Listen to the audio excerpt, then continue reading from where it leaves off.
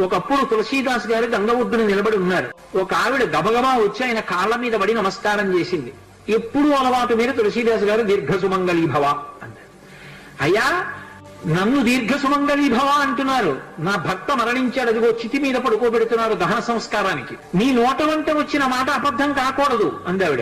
నా నోట రావడం ఏమిటమ్మా, రాముడు పలికించాడు. ఆయన వెంటనే అక్కడికి వెళ్లి ఆ కమండలంలో నీళ్లు తీసి ఆ శవం మీద చల్లి రామనామం చెప్పారు. చటుక్కున లేచి కూర్చున్నాడు. ఇది చూశారు పాదుషా యొక్క గూఢచారులు ఆ గంగా తీరంలో తిరుగుతూ. తులసీదాస్ గారి దగ్గర రకరకాలైనటువంటి విన్యాసాలున్నాయి, ఆయన ఏవైనా చెయ్యగలడని పాదుషాకి చెప్పారు. పాదుషా తులసీదాస్ ని పిలిపించారు. పిలిపించిన ఏమిటో, చచ్చిపోయిన వాడిని బతికించావుట, ఏవి కొన్నటువంటి వింత చేష్టితములు చెయ్యన్నారు. తులసీదాస్ గారు అన్నాడు, వింత చేష్టితములు చేయడానికి నేను గారడి వాడినా కాదు, రాముడు నన్ను పనిముట్టుగా అనుగ్రహించాడు, అది రామానుగ్రహం అన్నాడు. అంటే నేను చెప్పిన